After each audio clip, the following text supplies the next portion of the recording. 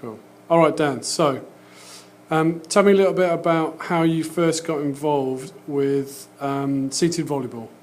I tried it out in a taster session, and then from there I got scouted to go to the XL Games, and from there I got scouted for Great Britain to train with the Great Britain men's team in London at one of the universities in Roehampton. Excellent. Okay, and how many of you went to the trials and to the sessions? There was 2 teams, so it would have been about 12 people, and I was the only one that got selected. So they must have seen something in me. Excellent. Yeah. And before you did the volleyball, you did some athletics, didn't you? Yeah. Tell us about that. I did javelin, discus, and shot put, which I used to train with an Olympic and Paralympic coach. It's called Bronwyn Carter. And she was a good coach, but I just wanted to try something different.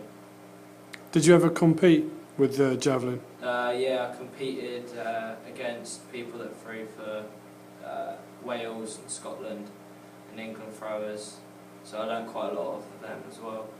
So yeah, I learned quite a lot of my technique from them, just from passing it on and that. Excellent.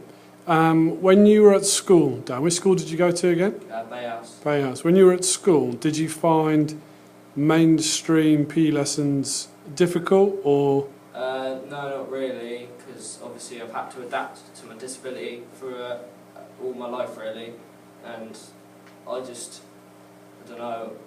compete as well as I can, and I don't usually lose at any of them. I just try and win. So you find that you can hold your own against other students and other school users? Yeah, especially for able-bodied people. It's a good target for me to go to compete against able-bodied people, and if you beat them, it's even better. Absolutely. Okay, so London 2012 Paralympics has just gone, just finished. What were your standout moments watching it as a regular user, if you like? What do you mean by that? So watching it on TV, yeah. Which sports, which athletes stood out for you? In every sport, or? Yeah, both, yeah. For Paralympics, it would have been for every single athlete that ever took part in the Paralympics, because everybody's so inspirational. Everybody has each different story to their own, and it's inspirational to everyone really, and every sport should be admired by everyone. Excellent. And what about the impact it's had in the training sessions and the numbers of people that have been to your volleyball sessions? Have they improved, increased, or stayed the same? Or? Yeah, everybody's improved a lot over the past months that I've been training with them, and even at my Portsmouth team, some more people have been coming along to try it because they've seen it on the telly and wanted to try it out and stuff like that. So we're getting a lot more people involved, which is good, because we need a lot more kids getting into it, because it's a good sport. And have you been out into schools yourself to help? Yeah, I helped out at they have the amputee games with Powell, and I helped out at one of their events. So I done sit volleyball with some of our other GB athletes, and just taught them how to do stuff, just the basics and that. So that was pretty good. There's a lot of press there, and that was good. And did you find that quite rewarding? Yeah, it was rewarding, because a lot of people would come up to me and ask me how I cope with it and all that.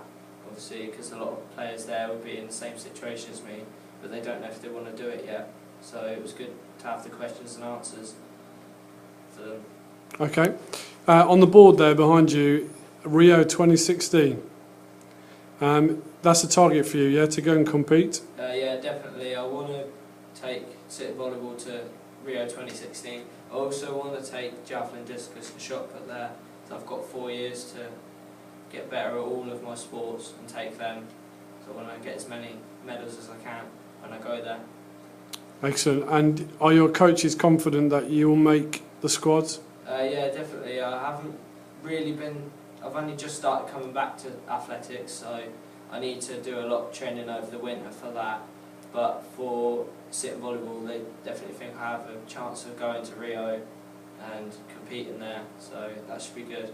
A bit amazing experience for you, wasn't it? Have you been out there before? No, I've never been out there, and really eager to get out there and that, so it should be really good. Excellent. And just one final question, Dan.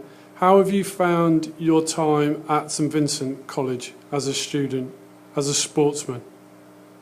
Do you feel like you've been supported? Yeah, definitely. I've been really supported by students that are in my classes.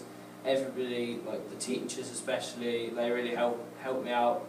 Like with the vaulting that I'm doing with Phil at the moment, he's showing me how he can adapt it to what I can do.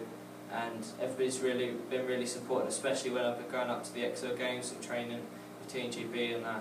They've been really supportive of that. So yeah, been really good. Brilliant.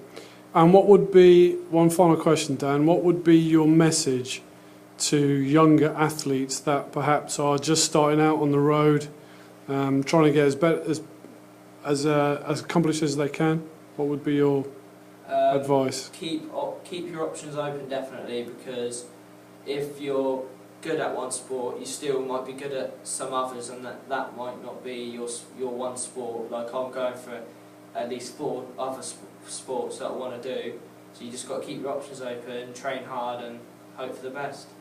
Brilliant. Thanks, Dan.